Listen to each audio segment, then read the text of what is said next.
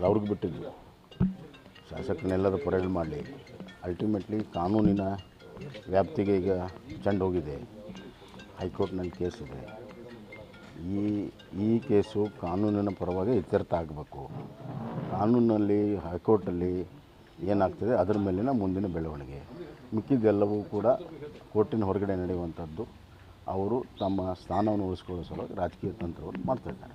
Sir, ಮಸೂದೆಗಳನ್ನು ವಾಪಸ್ ಕಳಿಸ್ತಾ ಇದ್ದಾರೆ. ಇಲ್ಲ ಒಂದು ಕಡೆ ರಾಜಕೀಯ BJPಯವ್ರ ಮಾತು ಕೇಳಿ ರಾಜ್ಯಪಾಲರು ಈ ರೀತಿ ಅಂತ ಪ್ರತಿಯೊಂದು ಮಸೂದೆಗೆ ಕ್ವಶನ್ಸ್ ಕೇಳಿದ್ದಾರೆ. ಸಮರ್ಪಕ ಉತ್ತರ ಕೊಡಬೇಕು.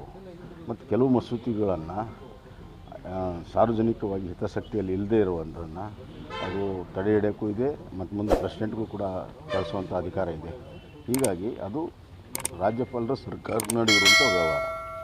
ಸರ್, ಈಗ ಜಿಂದಾಲ್ ಕಂಪ್ನಿಗೆ ಪ್ರಭಾರಿ ಮಾಡ್ಕೊಂಡಿರ್ತಾರೆ. ಸಾಕಷ್ಟು ಸಚಿವ ಸಂಪುಟದಲ್ಲಿ ಸಚಿವ ಸಂಪುಟದಲ್ಲಿ ಅಷ್ಟೇ ಅಲ್ಲ, ಸಾರ್ವಜನಿಕವಾಗಿ ವಿರೋಧ ಇದೆ.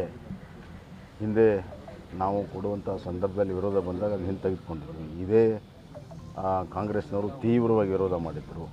ಈಗ ಅದೇ ನಿರ್ಣಯವನ್ನು ಈಗ ಅಂಗೀಕಾರ ಮಾಡೋದೇನು ಅಂದರೆ ಕಾಂಗ್ರೆಸ್ನವರು ಎರಡು ನಾಲಿಗೆ ತೋರಿಸ್ತದೆ.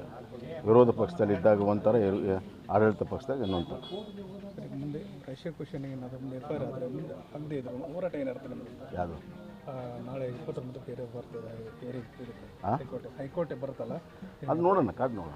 ಭರತ್ ಅವ್ರಿಗೆ ನಿನ್ನೆ ಟಿಕೆಟ್ ಕೊಡ್ಬೇಕು. ಜೋಶಿಯವ್ರ ಮೇಲೆ ಭರತ್ಗೆ ಕೊಡಬೇಕು ಅಂತ ಯಾರು ಹೋಗಿರಲಿಲ್ಲ.